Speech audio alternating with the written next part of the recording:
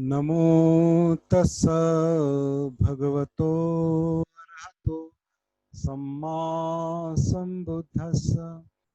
नमो तस्स भगवतो अरहतो सम्मा संबुद्धस्स। नमो तस्स भगवतो अरहतो सम्मा संबुद्धस्स। बुद्धं धम्मं संघं नमस्सामि।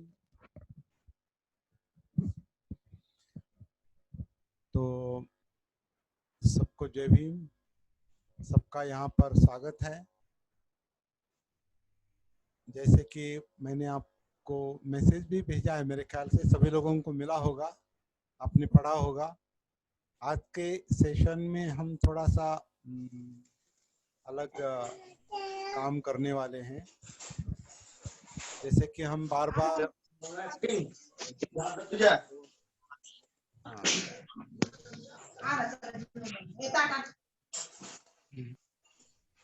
जो लोग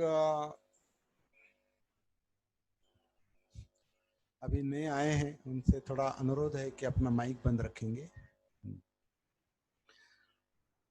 तो आप सबका यहाँ पर स्वागत है। सबको जय भीम।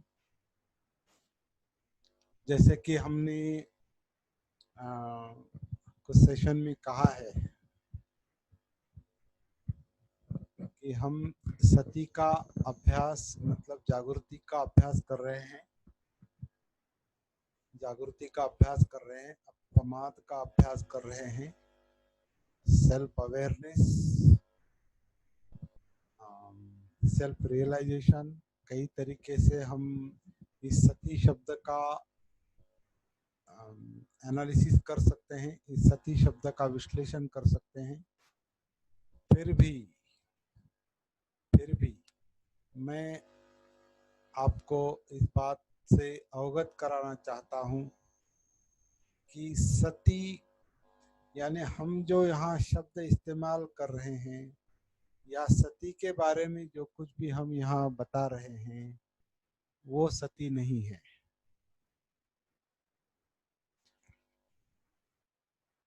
सती के बारे में यहाँ जो कुछ बताया जा रहा है वो सती नहीं है।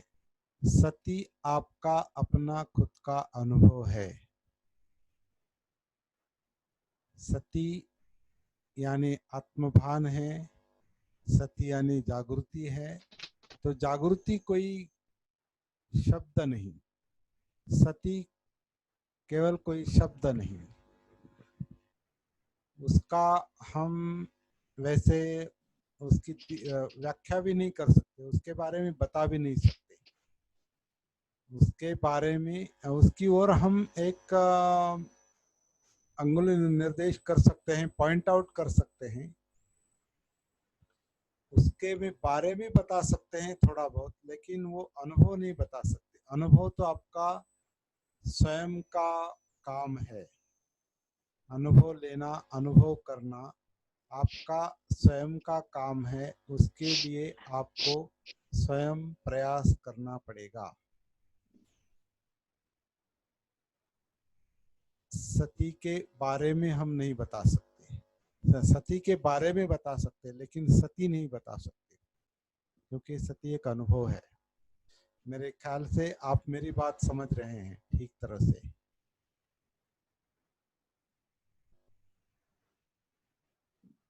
सती जागृति क्यों आवश्यक है? क्योंकि हम जागृत नहीं हैं। सती क्यों आवश्यक है? क्योंकि उसके आधार से, सती के आधार से, जागृति के आधार से हम अपने जीवन की जो मुख्य समस्या है, अलग अलग समस्या है, हर जीवन एक समस्या है। आपकी अपनी समस्याएं हैं, मेरी अपनी समस्याएं हैं, लेकिन सबका स्वरूप जो है वो एक ही है, जिसे दुख कहा है, जिसे दुख कहा है, जिसे हम अपनी अपनी तकलीफ के मुताबिक, अपने अपने प्रॉब्लम के मुताबिक हम उसे नाम दे सकते हैं कि मुझे नींद नहीं आती, मुझे अकेलापन महसूस होता है, मुझे आ, मेरा दिल बैठ गया है, क्या कहेंगे उसको, एक डिप्रेशन है, मेरा दिल बैठ गया है, कुछ सूझ नहीं रहा है, मन एकाग्र नहीं हो रहा है, बहुत गुस्सा आता है, डर लगता है, कुछ भी आप अपने अनुभव अपने तरीके से बता सकते हैं। सुख भी है, आनंद भी है, लेकिन ज्यादातर आनंद सुख जो है वो टिका नहीं रहता। आनंद सुख जो है वो आ, मतलब निकल जाता है, वो टेम्पररी है। थोड़ा थोड़ा आनंद होता रहता है और दुख जो है वो बहुत बड़ा रहता है। हर आनंद के पीछे दुख चला आता है। और हम देख रहे हैं, बहुत गहराई से देखने की अभी कोशिश कर रहे हैं। मेरे ख्याल से मराठी से ये हिंदी सेशन जो है वो बहुत गहराई में चल जा रहे हैं, गहराई में उतर रहे हैं हम लोग।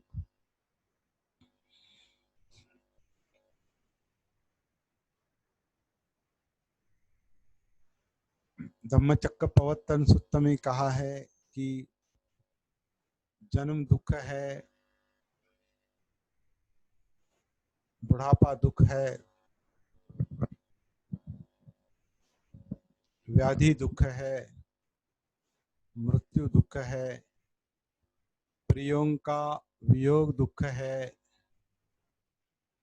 अप्रियों का संयोग दुख है,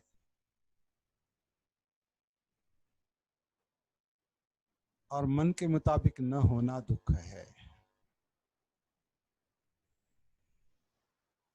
कई सारे जो मूल मूल जो सात सात जो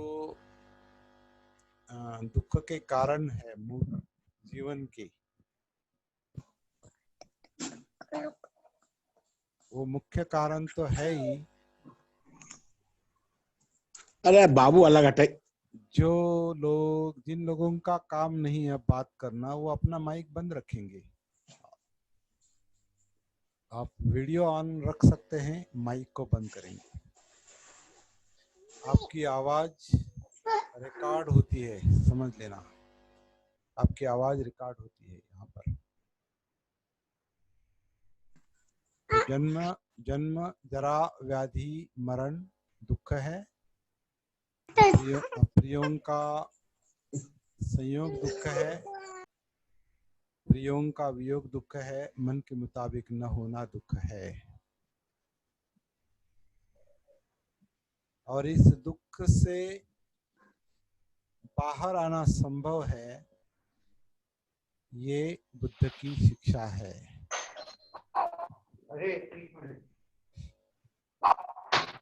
ये बुद्ध की शिक्षा है। जो लोग अपना सर, मोरे सर आ गए क्या? डॉक्टर मोरे सर हाँ सर आ गए। आ गए आप? अच्छा अच्छा, आपका अच्छा, ये एसूस आपका नाम नहीं है इस पर। चलिए अभी मैं सीधा मैं विषय में उतरता हूँ। जिन लोगों का काम नहीं है वो अपना माइक बंद रखेंगे। नरपत सिंह जी, आपका माइक बंद रखेंगे। बहुत बहुत धन्यवाद। सॉरी, मुझे आपको बार बार बताना पड़ रहा है। यहाँ पर डॉक्टर संतोष मोरे सर आज यहाँ पर आए हैं। मैं उनका यहाँ पर सबकी ओर से मैं उनका स्वागत करता हूँ। और डॉक्टर साहब को ये पता है, हालांकि वो रेगुलर इस सेशन को अटेंड नहीं कर पा रहे, लेकिन उनको पता है यहाँ क्या चल रहा है, क्योंकि मेरे उनसे बात होती रहती है बीच बीच में। और इस सेशन में हम सती साधना, जागृति की साधना, अपमाद, अवेयरनेस, इसके बारे में हम बात कर रहे हैं और सती जागृति समझ लेने की कोशिश कर रहे हैं। और इस जागृति को, इस सती को समझ लेने के लिए हमने आनापान सती सूत्र का आधार लिया है, जो हम बार बार बताते हैं। आनापान सती जो 118 नंबर का सूत्र है मध्यम निकाय का, उसके आधार से हम इस सती और जागृति की प्रक्रिया, प्रोसेस ऑफ अवेयरनेस, जागृति की प्रक्रिया समझ लेने की कोशिश कर रहे हैं। और उसका जो साधारणतः मतलब नॉर्मल जो पहली जो एंट्री है जागृति की, वो आनापान के आधार से है, ये हम देख चुके हैं। आनापान के आधार से हम जागृति के प्रवाह में उतरते हैं।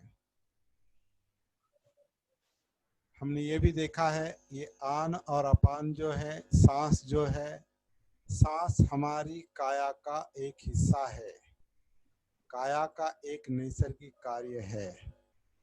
और हमने कुछ सेशन में ये भी देखा है, इस काया में मेडिकल साइंस के अनुसार 11 सिस्टम्स काम करते हैं आमतौर पर, मतलब नॉर्मली, नॉट आमतौर पर, नॉर्मली साधारणतः 11 सिस्टम्स काम करते हैं। और मुझे ऐसा लगा आज कि क्यों ना हम डॉक्टर मोरे सर से ये सुने कि हमारे शरीर के अंदर जो 11 सिस्टम्स काम करती हैं, जिसके आधार पर हमारा जीवन चलता है, और जिन 11 सिस्टम में एक सिस्टम आनापान है, और उस आनापान की जागृति हम सीख रहे हैं, जानने की कोशिश कर रहे हैं और प्रैक्टिस करने की भी कोशिश कर रहे हैं। तो कुल मिलाकर इन 11 सिस्टम के बारे में हम डॉक्टर संतोष मोरे सर से आज सुनेंगे। और मुझे बहुत खुशी है कि वो यहाँ मेरे अनुरोध पर और हम सब के अनुरोध पर, हमारे रिक्वेस्ट पर वो यहाँ पर पधारे हैं। डॉक्टर मोरे सर वैसे मेरी कभी रूबरू मुलाकात नहीं हुई, आमने सामने मुलाकात नहीं हुई, लेकिन कुछ बार उनसे बातें हुई है मेरी। और आप इस सेशन में जो कुछ चल रहा है उससे अच्छी तरह से वाकिफ है, परिचित है। डॉक्टर मोरे सर एक निष्णात डॉक्टर है। मैं उनके बारे में डॉक्टर के रूप में ज़्यादा नहीं बता पाऊंगा, लेकिन वो साधनाओं से परिचित है, विपश्यना साधना से परिचित है, बौद्ध साधनाओं से परिचित है, स्टडी से परिचित है, बुद्धिस्ट फिलॉसफी से परिचित है। उनका अपना अनुभव है। हमने यहाँ उनको केवल एक डॉक्टर की हैसियत से नहीं आमंत्रित किया है, ये बात मैं आपको बता देता हूँ। डॉक्टर तो है, कई सारे हैं, लेकिन डॉक्टर संतोष मोरे सर अपने निजी जीवन में साधना और जीवन और साधना और उनका जो एडिशनल जो क्वालिफिकेशन है मेडिकल साइंस को लेकर, मेडिकल प्रैक्टिशनर को लेकर, वो हमारे लिए इम्पोर्टेंट बात है।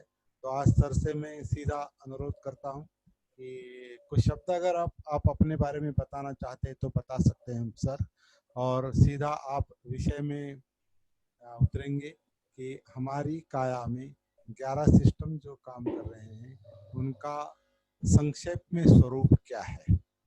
और शायद आपसे कोई अंत में सवाल भी पूछ सकता है 5-10 मिनट के, मतलब अंतिम जो चरण में आखिरी 5-10 मिनट होंगे, उसमें कोई सवाल भी पूछ सकता है।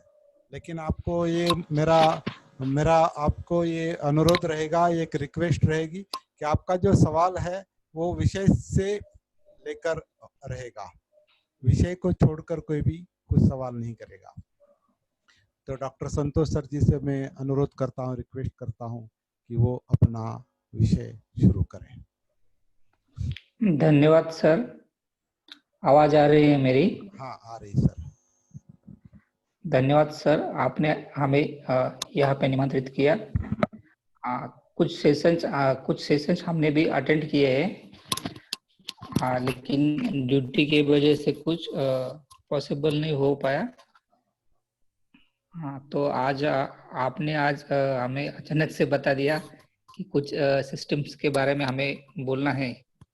तो ठीक है, मेडिकल साइंस खाली एक ही अगर हम बोले कि एलोपैथी का मेडिकल साइंस, होम्योपैथी का मेडिकल साइंस, आयुर्वेदा वाला है, यूनानी है, सिद्ध है, तो बहुत सारे अभी अलग अलग पैथी चल रही है अभी के जमाने में।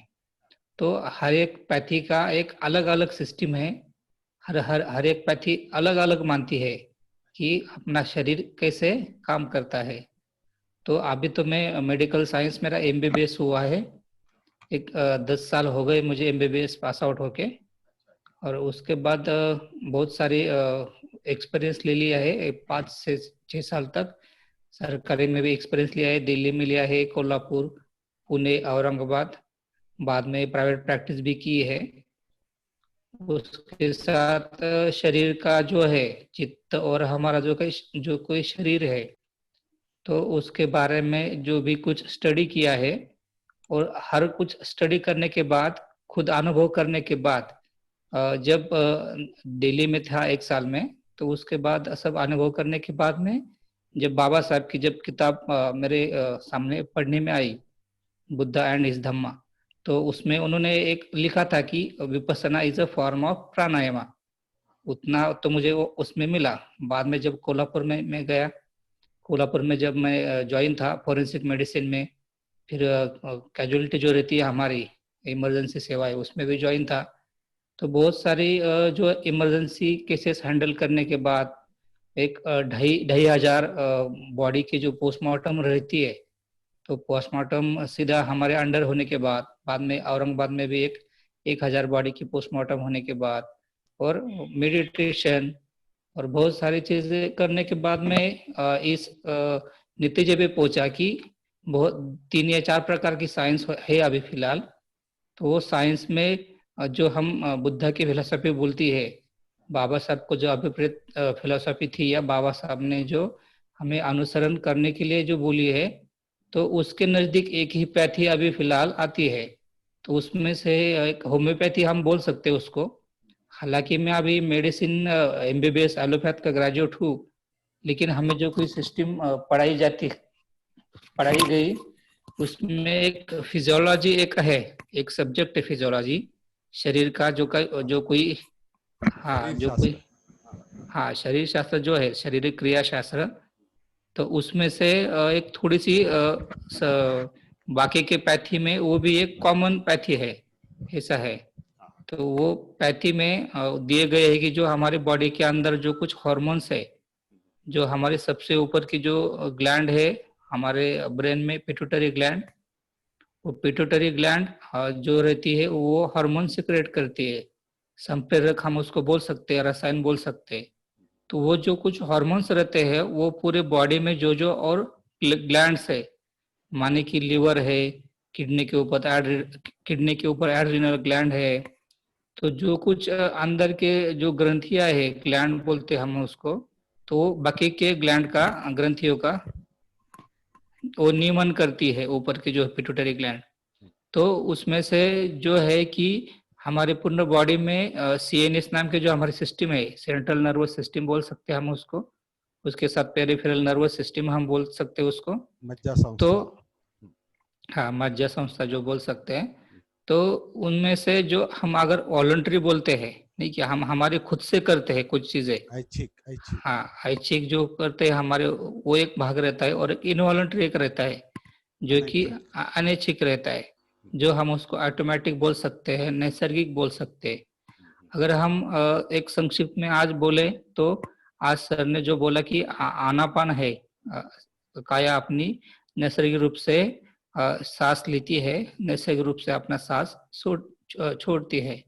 तो वो जो जो हमारे रेस्पिरेटरी सिस्टम है, वो रेस्पिरेटरी सिस्टम हमें कनेक्ट करती है हमारे अपनी जो कि अंदर की बॉडी है उस बॉडी से। तो फिर हमें वही करना है कि जो अभी अभी मेडिटेशन हम कर चुके हैं। अभी हाल में 1-2 हफ्ते पहले मैं 2 ओल्ड स्टूडेंट का करके आया औरंगाबाद में, अच्छा। जो है धम्मा जनता में। तो हाँ, अभी और प्रैक्टिस हमेशा चलती है, घंटा 1.5 घंटा सुबह शाम को भी प्रैक्टिस हो जाती है, और कभी कभार दिन में भी हो जाता है। तो उसके हिसाब से यही बोलना है कि जो एकदम बॉडी को अगर हमें अंदर से समझना है तो हमें क्या है कि डीके यानी हमारा जो कोई नाश होता है, जो अंदर उदय हुए हमारी जो प्रक्रिया हो जाती है, तो हमें वो सेंसेशन कौन सी मिलती है, हमें कुछ तो उसका डिसीज या डिसीज बोले उसको, दुखा बोल सकते हैं उसको, हम सॉरो बोल सकते हैं, या हमारे जो कोई फीलिंग्स है वो फीलिंग्स के हिसाब से हमें पता चलता है कि हमारे बॉडी में कुछ ना कुछ अंदर चल रहा है। अगर हमने वो फीलिंग्स को पकड़ के अगर हम हमारे रिस्पिरेटरी सिस्टम से यानी सांस आती है सांस जाती है उसको अगर हमने पहले से कनेक्ट किया तो उससे हमें बहुत इजी हो जाता है हमारे पूरे सिस्टम में अंदर जाना। हमें हमारे जो कुछ एनाटॉमी है बॉडी की, हमारी शरीर रचना शास्त्र बोल सकते हैं हम उसको, तो हमें हमारे एनाटॉमी को न देखते हुए हमें हमारे फीलिंग्स जो है अंदर जो कुछ भी है तो उसको हमें सीधा देखना चाहिए। मेडिकल साइंस बोलती है कि अंदर स्केलेटल मसल्स है, स्नायु है, हमारे हड्डियां है, बोन्स है और बहुत सारी सिस्टम्स है अंदर, लेकिन हमें उस हिसाब से नहीं देखना है बॉडी को, हमें बॉडी को फीलिंग्स के हिसाब से देखना है। वेदना अगर हाँ वेदना के हिसाब से हमें देखना है। अगर मेडिकल साइंस बोल रहा है कि सबसे अभी तक मेडिकल साइंस या जो भी हमारा अभी तक मॉडर्न साइंस है वो सबसे लास्ट में क्या बोल रहा है कि एटम है, बराबर, body is composed of molecules, atom जो है लास्ट में।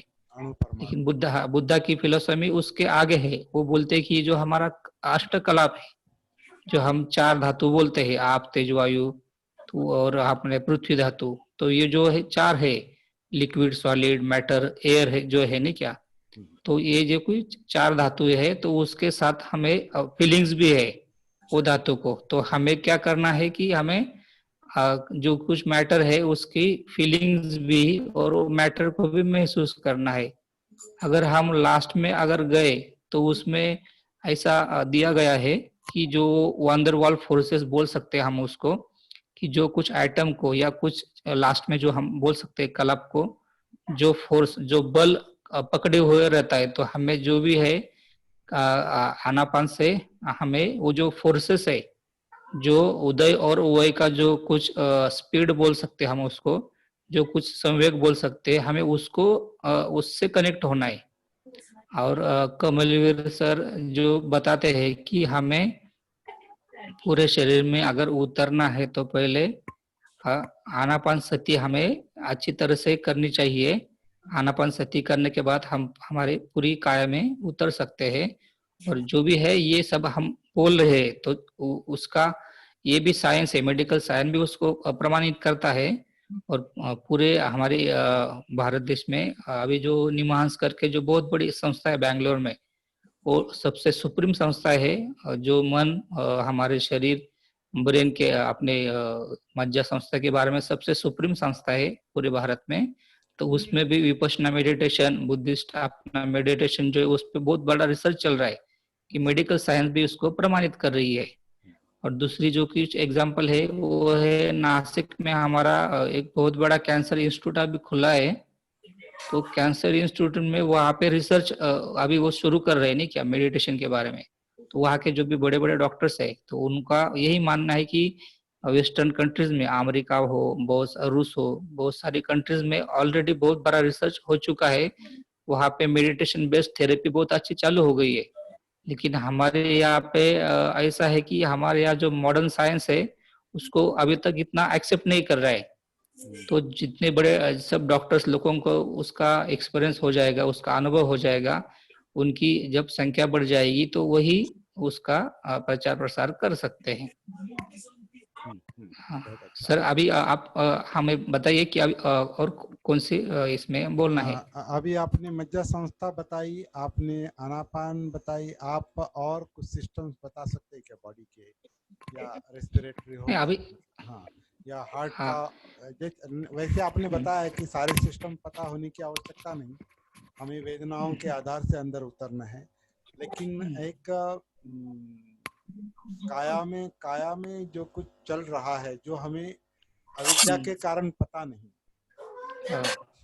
अविद्या के कारण हमें पता नहीं, अज्ञान के कारण हमें पता नहीं, क्योंकि सती नहीं, जागृति नहीं, इसलिए अंदर की जो सिस्टम्स है वो सिस्टम भले हम इसे ये नहीं बता सकते, पॉइंट आउट नहीं कर सकते कि ये मज्जा संस्था है, ये हार्ट की संस्था है या, लेकिन एक जनरल नॉलेज के रूप में अच्छा। हमें 11 सिस्टम के, अगर हमें दो सिस्टम्स आपने बताई है तो, और तीसरा स्केलेटल सिस्टम भी बताई है आपने, लेकिन हार्ट सिस्टम के बारे में, डाइजेस्टिव सिस्टम के बारे में, और जो कुछ भी है रिप्रोडक्टिव सिस्टम और दूसरी कुछ थोड़ा थोड़ा अगर बताएंगे। और मेरे मन में एक ये सवाल आता है कि ये सारे सिस्टम्स का जो इंटरकनेक्शन है, इसके बारे में आप कुछ शॉर्ट में बता सकते हैं क्या, जिसके आधार से लाइफ चल रही है? इसमें इन सारे सिस्टम्स में इंटरकनेक्शन क्या है, इसमें कौन सा फोर्स काम करता है? अच्छा, कौन सा फोर्स काम करता है? और दूसरा सवाल मेरा ये भी रहेगा, मैं सीधा अभी सवाल पूछता हूँ आपसे कि हम जो साधना कर रहे हैं, जागृति की, सती की साधना जो कर रहे हैं, तो उसके आधार से पेन्स जो कम होते, दुख जो कम होता है, वो क्या प्रोसेस है? What is happening there? That is I want to know. Thank you sir. अभी अगर हम सिस्टम्स के बारे में बात करें तो हमें थोड़ा सा उल्टा जाना चाहिए। क्योंकि अभी हम रेस्पिरेटरी सिस्टम बोलते हैं आरएस, फिर बाद में सीवीएस बोलते हैं उसको। हाँ ठीक है, बाद में हम सीवीएस बोलते हैं, सेरेब्रोवास्कुलर सिस्टम। मैं आपको बीच बीच में अनुवाद करता रहूंगा क्योंकि कुछ लोग अंग्रेजी नहीं समझेंगे, इसलिए मैं आपको। ठीक है। रेस्पिरेटरी सिस्टम मतलब आनापान यानी सांस की प्रक्रिया, श्वसन क्रिया। हाँ ठीक है, बाद में जो हार्ट की जो सिस्टम है हम उसको सीवीएस बोलते हैं, सेरेब्रोवास्कुलर सिस्टम। बाद में उसमें एक अभी हम सीएनएस बोलते हैं, मज्जा की संस्था को, सेंट्रल नर्वस सिस्टम। बाद में डाइजेस्टिव सिस्टम हम बोलते हैं, जो हम पचन क्रिया उसको बोलते हैं। बाद में एक्सक्रेटरी सिस्टम है, जो हमारी किडनी जो हमारी उत्सर्जन की क्रिया होती है।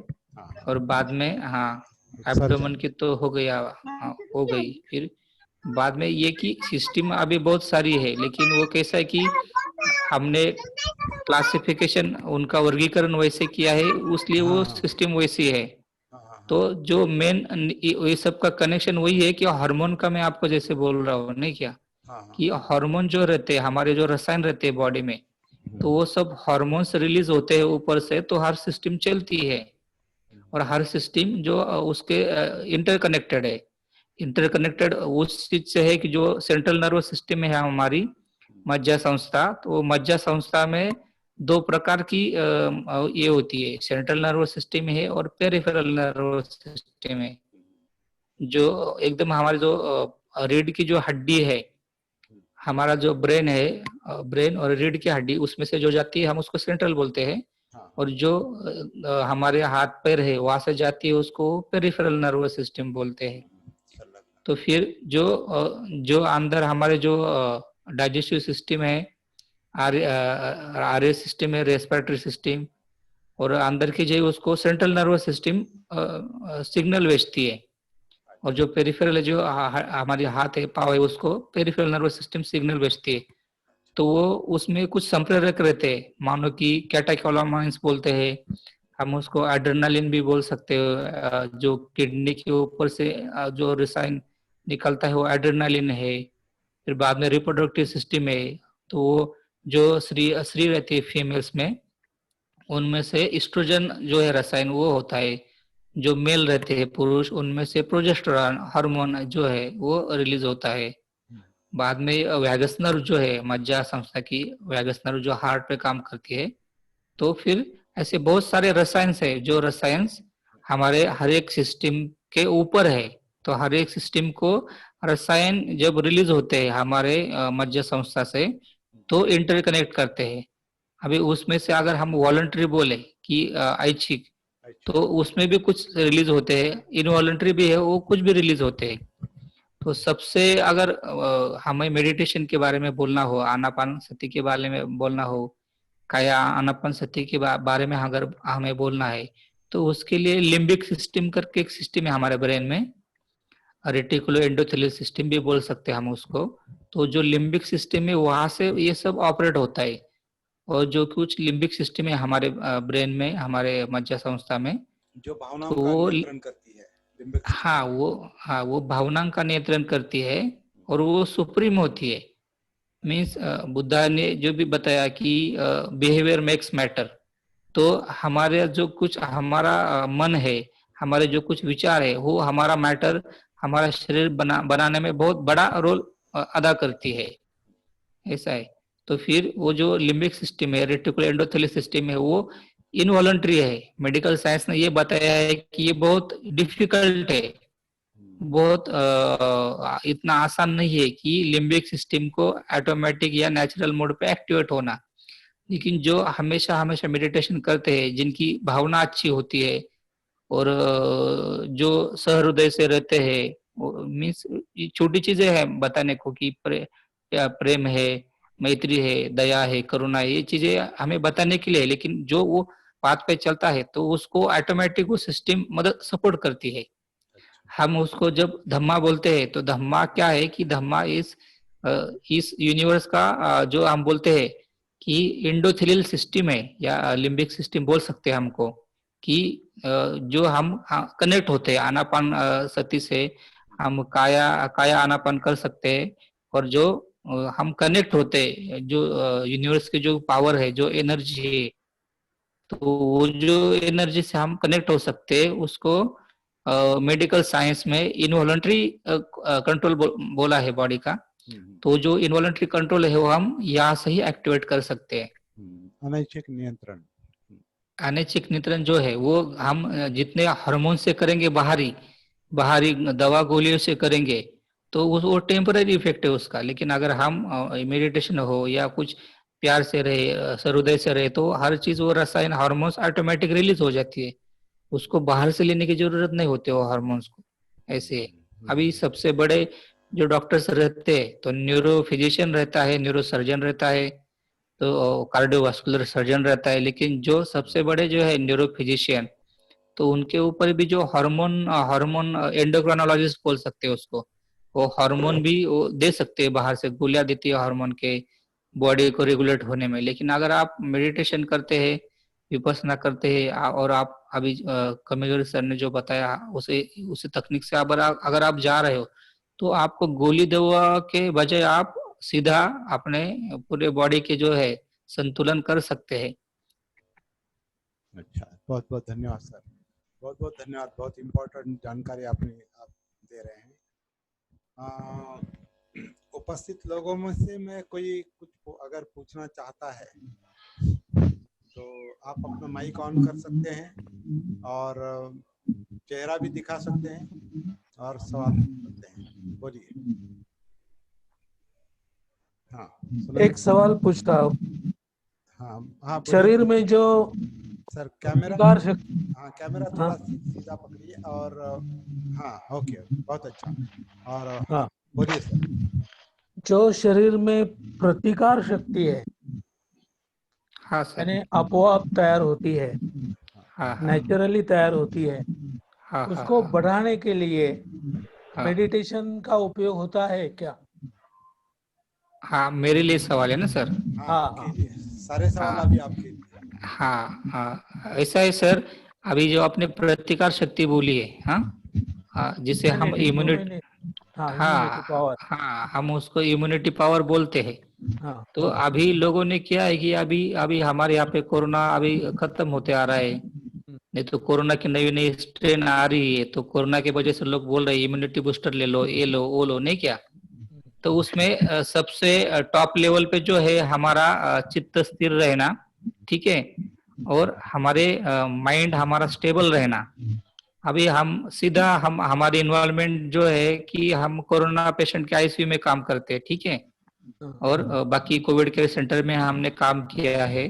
तो फिर उसमें सबसे ज्यादा क्या आता है कि अकेलापन, जो सबसे ज्यादा आता है कि अकेलापन, जो पेशेंट जो है अकेलापन महसूस करते हैं, घर से दूर रहते हैं, उनको कोविड केयर सेंटर में अलग रखा जाता है।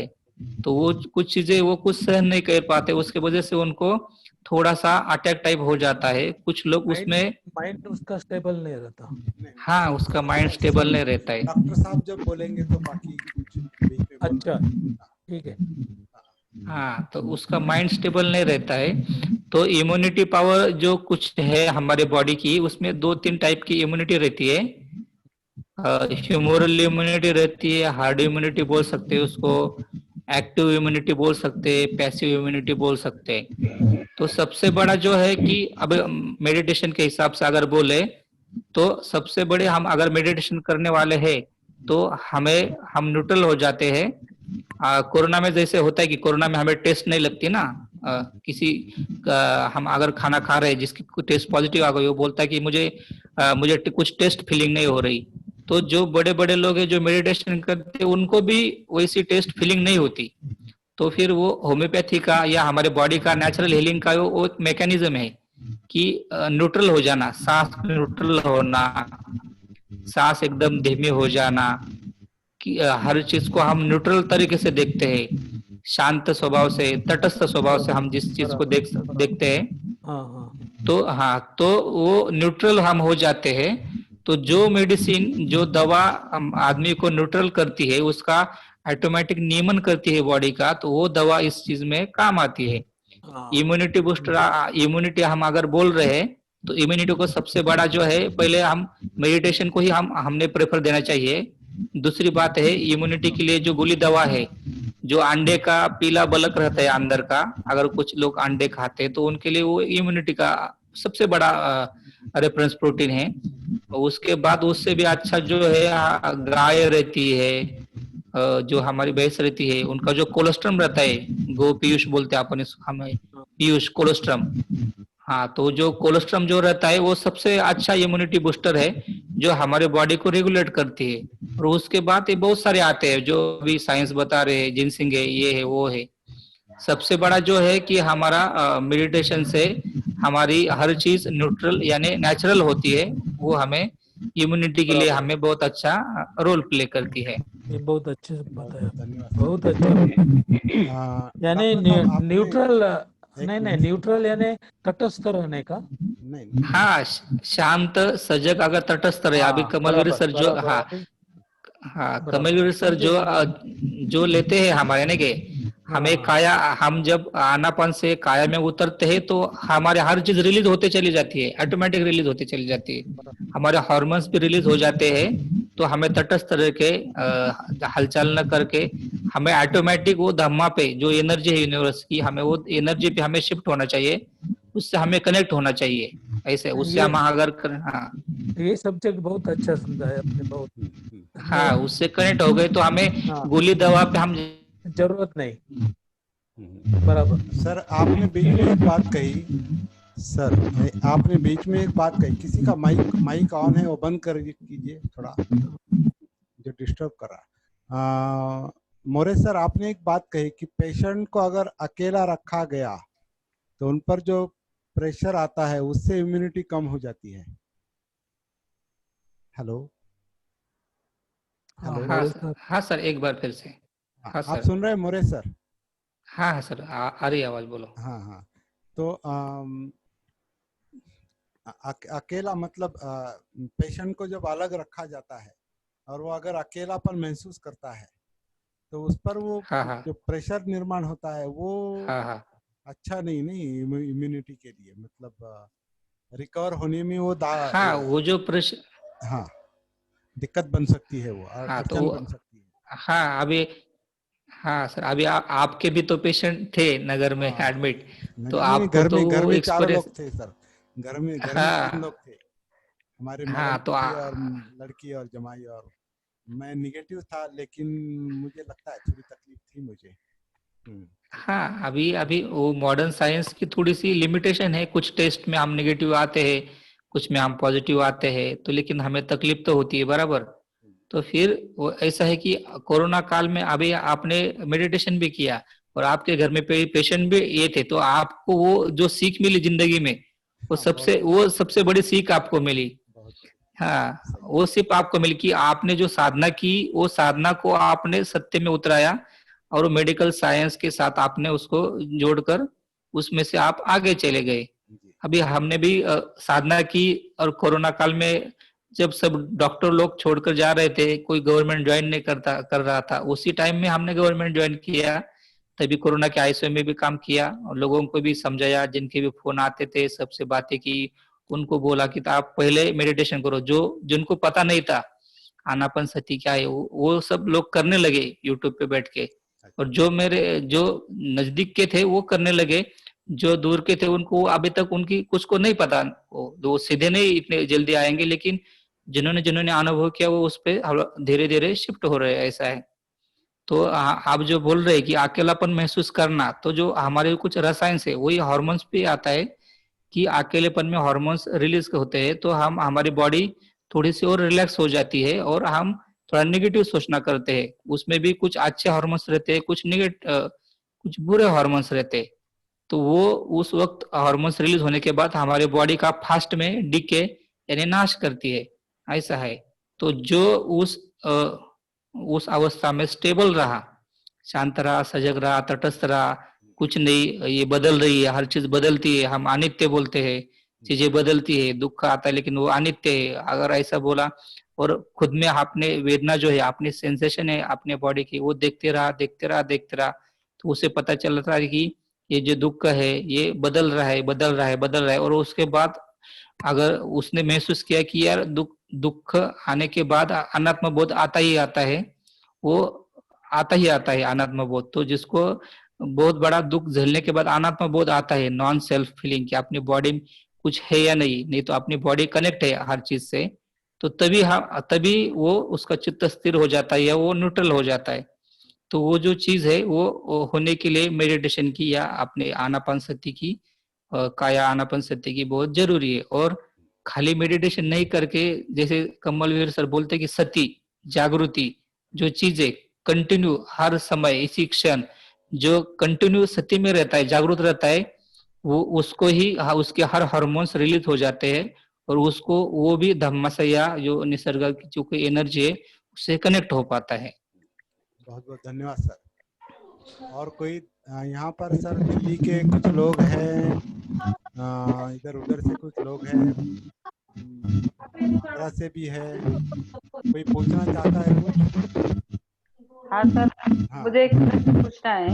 हाँ हाँ मुझे शुगर है, तो वो मेडिकल साइंस के मुताबिक वो हार्मोन्स का कार्य किस तरह से चलता है, और वो मेरी कम नहीं होती, तो कार्य प्लीज बताएंगे। शुगर है, हाँ, ठीक है। शुगर है,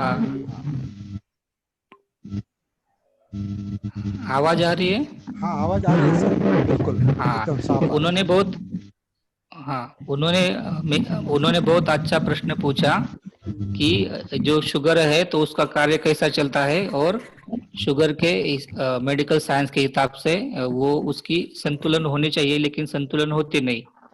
तो कैसा है कि हमारे शरीर में पैनक्रिया नाम की जो कुछ रहती है, हमारा जो अवयव रहता है पैनक्रिया, वो जो पैनक्रिया जो है पांथरी बोल सकते हैं हम उसको, तो उसमें से इंसुलिन नामक जो है वो जो हार्मोन है, हार्मोन ही बोल सकते हैं हम उसको, रसायन है जो इंसुलिन नामक, तो वो उसमें से सिक्रेट होता है, उसमें से उत्सर्जित होता है। तो वो इंसुलिन का जो टाइप 2 जो बीटा सेल्स है, लैंगरहंस सेल्स बोलते हैं उनको, पेशिया, वो पेशिया जब हमारी जो शुगर है जो बहुत बढ़ती है, तो वो जो पेशिया है वो कमकुवत हो जाती है, नष्ट हो जाती है, और जितनी बची है उनमें से काम बॉडी कर लेती है इंसुलिन तैयार करना। अगर इंसुलिन की मात्रा कम ज्यादा होती है तो हमारे जो शुगर है वो कम ज्यादा होती रहती है। तो मॉडर्न साइंस की जो भी दवा है, मेटफॉर्मिन है, ग्लिमिपेराइड है, ग्लिकाजाइड है, जो बहुत सारी दवा है अभी एडवांस मॉडर्न साइंस की, तो दवा क्या करती है, बॉडी के जो इंसुलिन है उसको रेगुलेट नहीं करती, उसको संतुलित नहीं करती। आपकी शुगर बढ़ गई तो खाली कम करती है। अगर आपने मेडिटेशन किया, आपने बहुत सारा काम किया, आप सुबह सुबह जॉगिंग किया, आप अपना रेगुलर आपने अपना काम चालू किया, तो रेगुलर काम हमने चालू किया तो वो क्या होती है कि हमारी शुगर बैलेंस हो जाती है, संतुलित हो जाती है। हमारा चित्त और हमारी बॉडी का हमारा संतुलन हो गया तो हमारी शुगर रेगुलेट हो जाती है, ऑटोमेटिक संतुलित हो जाती है। लेकिन अभी बॉडी अगर बॉडी ऑटोमेटिक संतुलित हो गई, हमने काम किया, एक्सरसाइज किया, योगा किया, मेडिटेशन किया, जो भी किया, और तभी हम अगर दवा ले रहे हैं मॉडर्न साइंस की, तो वो दवा खाली क्या करती है, उसको शुगर को कम करती है। माने कि तुम्हारी शुगर नॉर्मल हो गई और तुमने दवा चालू ही रखी, तो वो और कम हो जाएगी, तुम्हारी शुगर कम हो जाएगी। तो इसलिए हमें क्या करना है कि हमारी बॉडी संतुलित रहने के लिए हमें डेली प्रैक्टिस में, अगर नहीं हम मेडिटेशन कर रहे, नहीं कर रहे, तो हमें कम से कम जॉगिंग, एक्सरसाइज कुछ ना कुछ करना है। जो अष्टांग मार्ग में बताया है कि हमें सम्यक व्यायाम जो है, हमें नहीं क्या, उतना काम हमें कुछ ना कुछ करना ही है। और उसके अलावा अगर खाली हम शुगर के लिए दवा ले रहे हैं, तो इम्यूनिटी की कुछ जो आती है, कोलेस्ट्रॉल, मैंने बोला आपको कि कोलेस्ट्रॉल जो है, दूध है, जो दूध रहता है कोलेस्ट्रॉल गाय का, भैंस का, तो उसका जो पाउडर के प्रिपरेशन से बाजार में आते हैं, तो वो रेगुलेट करेंगे हर डिसीज को, ना कि शुगर को खाली। तो हमने ऐसा किया कि शुगर अलग दवा, डायबिटीज अलग बीमारी है, हाइपरटेंशन अलग बीमारी है, कैंसर अलग बीमारी है, ओबेसिटी अलग बीमारी है। ये सब हमने अलग अलग बीमारियां मॉडर्न साइंस ने करके रखी है क्लासिफिकेशन उसका। लेकिन हमें बॉडी तो हमारी एक ही है, तो बॉडी का नियमन एक ही है। तो बॉडी की अवस्था जैसे खराब होती है, उसके हिसाब से वो उसकी बीमारी रहती है। तो हमें क्या करना है कि हमें अलग बीमारी नहीं सोचना है, हमें पूरे बॉडी के बारे में सोचना है।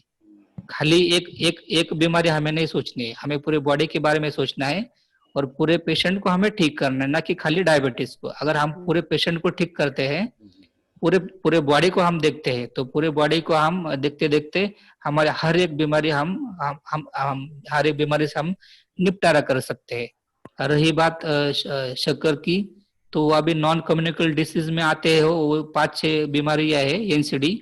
गवर्नमेंट की बहुत बड़ी प्रोजेक्ट चल रही है, उसके ऊपर भी हम काम करते हैं।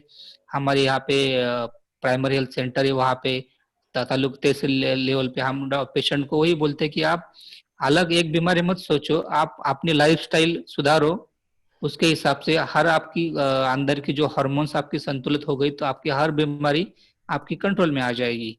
और वही एक पहली चीज है कि हम हमारे हाथ में है। अगर हम गोली दवा खाने लगे, तो गोली दवा की हमें आदत हो जाती है, और अगर जब हमारी गोली दवा छूट जाती है बीच में कभी, तो फिर हमें और तकलीफ उठानी पड़ती है। इसलिए रेगुलर हमने अगर मेडिटेशन, आनापान, कायानापान ये हम कर रहे हैं, जॉगिंग कर रहे हैं, फिटनेस हमारा अच्छी तरह से रख रहे हैं, तो फिर हमारी हर चीज संतुलित हो जाएगी। और हमें वही करना है, संतुलित करना है। बहुत बहुत धन्यवाद सर। डॉक्टर सर संतोष, एक मिनट शुगर के बारे में, एक मिनट शुगर के बारे में मेरा अनुभव है सर। हाँ, एक मिनट शुगर के बारे में सर, कि शुगर आहार में ज्यादा फाइबर खाने से शरीर अपॉप इंसुलिन तैयार करता है और शुगर कमती होती है। ये मेरा खुद का अनुभव है। फाइबर ये फाइबर यानी तंतुमय पदार्थ यानी भाजी में, सब्जी में, कौन सी भी सब्जी लो उसमें तंतु रहता है। शेंगा है ना, शेंगा फरसी का जो उसमें तंतु रहता है, वो तंतु आहार में आएगा तो शरीर अपॉप इंसुलिन तैयार करता है और शुगर कमती होती है। ये मेरा खुद का अनुभव है। डॉक्टर साहब आप क्या कहेंगे इस पर? हाँ, शॉर्ट नहीं, उन्होंने एकदम बराबर बताया। वो फाइबर के बोले तो प्रोटीन रहता है, प्रोटीन में जो तंतुमय बोलते हैं, सब्जी में जो रहते हैं फाइबर एकदम छोटे छोटे, उसके वजह से हमारे जो पैनक्रियास की इंसुलिन जो है, और जो लैंगरहैंस सेल है, वो जो खत्म हो गई सो खत्म हो गई, लेकिन जो बची है उनसे इंसुलिन तैयार करना ये चीज डिफिकल्ट है। वैसे अगर वो चीज हम कर पा रहे हैं, प्रोटीन से कर पा रहे हैं, मेडिटेशन से कर पा रहे हैं, या फिर हम वो, हाँ, तो जो अभी जिसकी जैसे जैसा अनुभव है वो वैसे वैसे बताएगा। तो हमें क्या करना है कि ओवरऑल पूरा अनुभव हमें लगाना है इस काम में, जो कि जो हमारा एक हमारी जो बीमारी है वो कम होती जाए, और प्रोटीन जो है वो प्रोटीन से भी रेगुलेट हो जाता है, ऐसा है। तो बहुत बहुत धन्यवाद सर। डॉक्टर संतोष मौर्य सर ने बहुत अच्छी जानकारी दी है और सिस्टम्स के बारे में। लेकिन एक मैं थोड़ा सती साधना के संबंध में मैं इसका कंक्लूजन बताना चाहता हूँ कि सर ने बहुत अच्छी सिस्टम्स के बारे में बहुत कुछ बताया, बीमारियों के बारे में बहुत कुछ बताया, लेकिन आखिर में उन्होंने ये कहा है कि ये सारे सिस्टम्स और अलग अलग बीमारियां जो है इनके बारे में अलग अलग सोचने के बजाय पूरा पूरा जो हमारा बॉडी सिस्टम है और माइंड सिस्टम है, इनको एक देखकर उस पर काम करना पड़ता है। और ये जो काम है ये सती साधना करती है, जागृति की साधना करती है। हमें सिस्टम्स के नाम पता होने की, मतलब मेडिकल साइंस ने जो बताए हैं और डॉक्टर साहब ने जो बताए हैं, उसके सिस्टम्स के नाम पता होने की, या बीमारियों के अलग अलग नाम और उनको अलग अलग देखना ये आवश्यक नहीं। एक पूरे बॉडी सिस्टम को और मानसिक सिस्टम को, प्रक्रिया को एक साथ महसूस करना, जो हम अनापान, काया, वेदना, चित्त और मनोधर्म, विचार प्रक्रिया, इनको जैसे एक करके देखते हैं या देखना है आगे चल के, जिनको अभी वो अनुभव आ जाएंगे, तो वो सारा जो जीवन है, लाइफ है, वो इसी दायरे में अनुभव किया जा सकता है। और इस पर जो टेंशन है, तनाव है, व्याधियां हैं, रोग है, ये सब जो है वो सती के आधार से, जागृति के आधार से धीरे धीरे उनका तनाव, उनके दुख जो है वो कम हो जाते हैं। ये बात हमें सीखनी है। डॉक्टर साहब ने जो कुछ बताया वो बहुत ही इम्पोर्टेंट था। मैं भी चाहता था कि ये जो सिस्टम्स है, इस सिस्टम्स के बारे में हम लोगों को जानकारी हो, क्योंकि हम बार बार यहाँ कहते आए हैं कि हमारी काया में 11 सिस्टम्स काम करती हैं, उसमें एक सिस्टम आनापान है, उसकी सती, उसकी जागृति के आधार से हमें काया में उतरना है और वेदना, चित्त और मनोधर्म में कनेक्ट होना है। ये हम बार बार कहते हैं, लेकिन ये 11 सिस्टम्स क्या है, ये सवाल हमारे मन में था और डॉक्टर मोरे सर ने बहुत अच्छी तरह से वो बताया है। आप सभी की ओर से, हम सभी की ओर से डॉक्टर साहब, मैं आपको धन्यवाद देता हूँ। आप फिर से कोई अलग विषय लेकर यहाँ आएंगे ऐसे मैं आशा करता हूँ। और 10 बजने को है, मेरे ख्याल से कोई इम्पोर्टेंट क्वेश्चन अगर कोई पूछना चाहता है साधना और मेडिकल साइंस के बीमारियों को लेकर के, तो आप डॉक्टर साहब से पूछते कि, लेकिन मैं बताऊं आपको कि डॉक्टर साहब मेडिटेशन और मेडिकल साइंस दोनों का संतुलन लेकर चल रहे हैं। आपने ये मार्क किया होगा, बोलते बोलते उन्होंने केवल मेडिकल साइंस नहीं समझाया है, उन्होंने मेडिटेशन का, सती का भी जो महत्व है वो आपको इससे आपको अवगत कराया है। ये बहुत बड़ी बात है और मैं भी यही चाहता था। मैं एक विनती करता हूँ। हाँ सर, मोरे डॉक्टर दूसरे सर दूसरा कोई प्रश्न पूछना चाहता है तो उनको थोड़ा फोन नंबर नोट कीजिए, बाकी कुछ नहीं। अच्छा सर, आपका फोन नंबर बताएं सर। मेरा एक क्वेश्चन है। हाँ डॉक्टर सर, ये राजेश चंद्रा जी है। हाँ बोलिए सर, बोलिए। हाँ, ये आप राजेश कुमार जी है दिल्ली से। मैं ये सवाल करना चाहता हूँ कि मुझे हाइपरटेंशन में मेरा बीपी जो है नीचे का भी ज्यादा है और ऊपर का भी ज्यादा है। अच्छा। क्योंकि आनापान सती से इसका डायरेक्ट संबंध है, लेकिन मैं कई बार समझ नहीं पाता। तो इसमें मेरा आप अगर मार्गदर्शन करें तो मैं आपका आभारी रहूंगा। अभी कैसे कि आपके खुद के समझने में या आपके खुद के अंडरस्टैंडिंग में उसकी इस बीमारी का इलाज छुपा है और या ये सब छुपा है। तो हाइपरटेंशन कैसा है कि हमारा बीपी बढ़ना, बराबर। जब हमारा मन भविष्य में दौड़ता है तो हमें हाई बीपी रहता है। जब हमारा मन भूतकाल में दौड़ता है तो हमें डिप्रेशन रहता है। ठीक है, तो आपको समझना है कि आपको आपका मन अगर वर्तमान में टिकाना है, आपका मन वर्तमान में टिका तो आपको शरीर के जो कुछ संवेदना है, जो कुछ वेदना है, वो आपको महसूस करनी है। शांत, सजग, तटस्थ रह के, दुख हो, सुख हो, जो भी हो, अगर आप उसको कॉन्कर, उसको आप उसके आगे जा रहे हैं, दुख के आगे अनात्म बोध है, यानी आप ऑटोमेटिक ठीक हो रहे हैं। तो वो जो चीज है अगर आप कर पा रहे हो तो आपका ऑटोमेटिक सब जो हार्मोन्स है वो संतुलित हो जाएंगे। और अभी आप गोलियां दवा कुछ ले रहे हैं क्या हाइपरटेंशन के लिए? हाँ, मुझे लेना पड़ा। हाँ, अभी कंटिन्यू चालू है या कैसा? अभी मैंने कंटिन्यू किया, पहले नहीं था। हाँ हाँ हाँ हाँ। जी। तो वो कैसे है कि जो गोली दवा रहती है एम्लोडिपिन रहती है, उसमें बहुत सारे रहते हैं एंटी हाइपरटेंसिव वगैरह एलोपैथी की। अगर आपने वो ले रहे तो आपको कंटिन्यू कुछ दिन डॉक्टर की सलाह से कंटिन्यू करनी पड़ेगी। अगर आपका मेडिटेशन से आपका अगर बीपी रेगुलेट हो रहा है, फिर भी आपको डॉक्टर के पास जाना है कि मेरा बीपी अभी रेगुलेट हो रहा है, दवा कम करनी है क्या करनी है। अगर कैसा होता है कभी कभार बहुत सालों तक किसी की दवा चलती है, वो बीच बीच में अगर मेडिटेशन करते हैं तो उनको फर्क भी पड़ता है, लेकिन क्या होता है वो दवा की जो आदत है बॉडी को पड़ी हुई तो फिर वो आदत जल्दी जाती नहीं। तो फिर अगर हमने अचानक से बंद किया तो बीपी थोड़ा सा हाई हो सकता है। तो उसके हिसाब से हमें अचानक से कौन सी दवा बंद नहीं करनी है। अगर हमारा बीपी कंटिन्यू मेडिटेशन से हो, हर चीज से हो, अगर हमारा बीपी एकदम संतुलित रहा तो फिर हम डॉक्टर की सलाह से वो गोली कम कर सकते हैं। और आपका जो मूल प्रश्न है कि हाइपरटेंशन और साधना का जो नहीं क्या जो कार्य कारण क्या है, तो वही है कि आपकी लाइफ में जितनी डीप अंडरस्टैंडिंग रहेगी लाइफ के बारे में, तो हमारा मन जितना एकदम जो इस क्षण में, इस क्षण की जो गहराई है, इस क्षण की गहराई में जितना चला जाएगा उतना हम आनापान सती, काया आनापान सती हम अच्छी तरह से कर पाएंगे।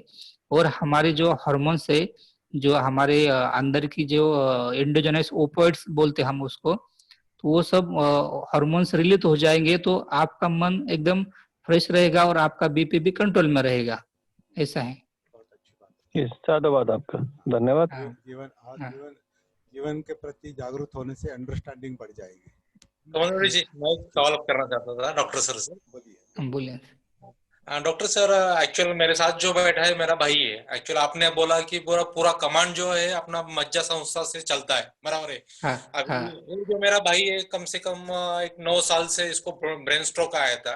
और हाँ, ब्रेन स्ट्रोक में डिजाइन इंजीनियर था, रॉक इंजीनियर पुणे में, ठीक है। हाँ, तो हाँ, 9 साल से उसका जो सेल्स है, व्हाइट सेल्स, ठीक है, पूरा हाँ। डैमेज हुआ। लेकिन अच्छा अभी अच्छा। उसने कवर किया है मेडिटेशन से, प्राणायाम से, योगा से या हाँ, जॉगिंग हाँ, से वगैरह, नहीं किया। लेकिन हाँ, थोड़ा हाँ। सा उसका स्पीच में गड़बड़ हो रहा है। जो एक्सप्लेन अच्छा करने का हम जैसे करते हैं एक्सप्लेन, वैसे वो कर अच्छा नहीं पा रहा है। लेकिन सर बताने का, पूछने का तरीका इसलिए पूछ रहा हूँ कि अच्छा 9 अच्छा साल में थोड़ा सा निगेटिव थिंकिंग उसे बार बार आता है कि बाबा मैं अच्छा। वो मंथली 1 लाख रुपीज पेमेंट लेता था, अभी पूरा खाली हूँ वगैरह, नहीं किया। तो ये हाँ, निगेटिव सिस्टम को मेडिटेशन से कैसे क्लियर किया जाए, नहीं क्या बोलते हो, कैसे खत्म किया जाए? या ये व्हाइट सेल्स में डॉक्टर जो अभी न्यूरोलॉजिस्ट का जो ट्रीटमेंट चालू है, उन्होंने तो कहा अच्छा कि कम से कम 8-9 साल हो गए अभी कि वो उस अच्छा। व्हाइट सेल्स डैमेज जो हुआ है सेल्स ने, क्या उसको रिकवर हाँ, करने का ऐसे कोई दवा नहीं है। अगर शुरू के अच्छा अच्छा 24 घंटे में 48 आवर्स में अगर कुछ वो इंजेक्शन वगैरह निकला है, लेकिन उस टाइम पे वो अच्छा 3 दिन तो ये पूरा कोमा में ही था, ना क्या। तो उसके वजह से अभी ये अच्छा उसका अच्छा। रिकवरी का कोई चांसेस है क्या सर, ने क्या, या कैसे किया जाए रिकवरी, ने क्या? हाँ ठीक है। अभी कैसा कि उन्होंने आपने न्यूरो सर्जन को दिखाया था या न्यूरो फिजिशियन को? न्यूरो सर सर्जन, सर जी का फिजिशियन को दिखा सर था। जी हाँ। सर जी का नंबर आप नोट कर लीजिए और हाँ आप जी। उनसे पर्सनली मिलिए और हाँ सलाह लीजिए। हाँ, हाँ। नहीं नहीं, ये माध्यम से सर जी, डॉक्टर सर का मुलाकात हुआ था, तो कम से कम उसका वो सामने बैठा था, तो उसका हाँ, कंक्लूजन निकाल ले इसलिए, ने क्या कि अभी उसको इकोस्प्रिन वगैरह वो चालू है, हाँ, जेप्टॉल, इकोस्प्रिन। ऐसे कम से कम 8-9 साल से वही डॉक्टर जो है वही गोलियां रिपीट करके दे रहे हैं उसे, नहीं क्या।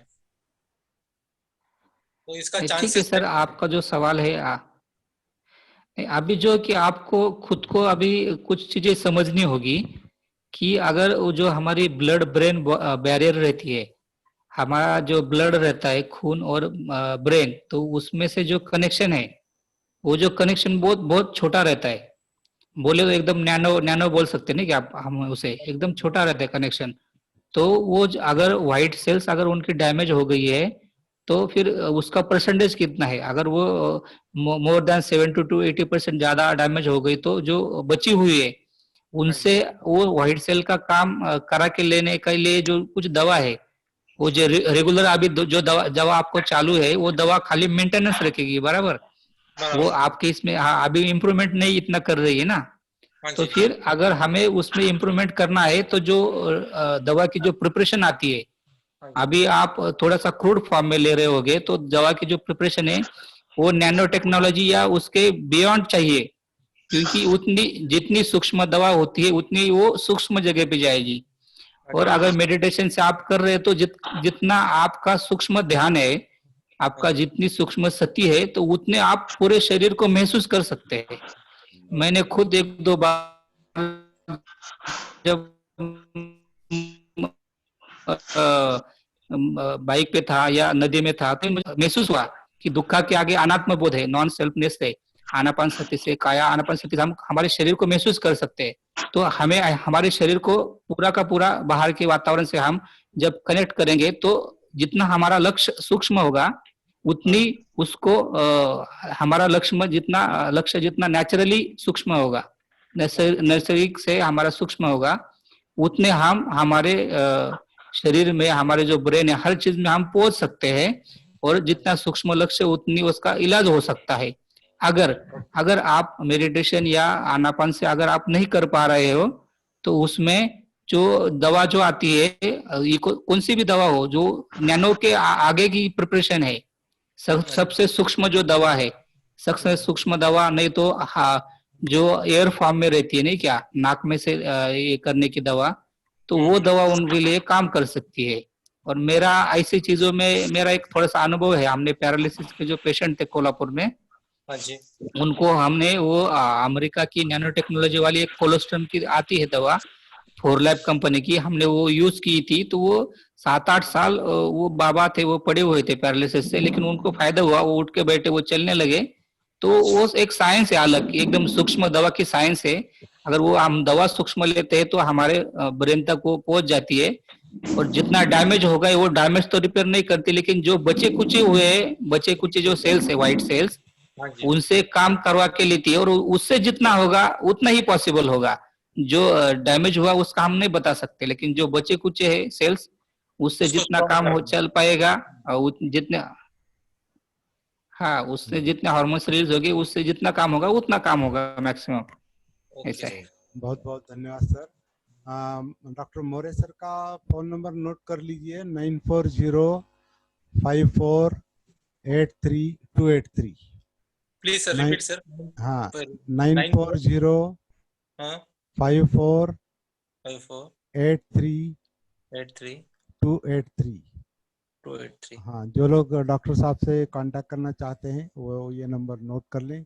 डॉक्टर साहब, आप यहाँ पर आए, बहुत बहुत धन्यवाद। बहुत बहुत इम्पोर्टेंट महत्वपूर्ण जानकारी आपने हमें दी है, और फिर से आप कभी आएंगे तो आपका यहाँ पर स्वागत ही रहेगा। आप सब लोगों को धन्यवाद। आप सब लोगों को धन्यवाद। और अगले इतवार के सेशन में हम फिर से मिलेंगे। सबको जय Bhim. Thank you sir. Thank you.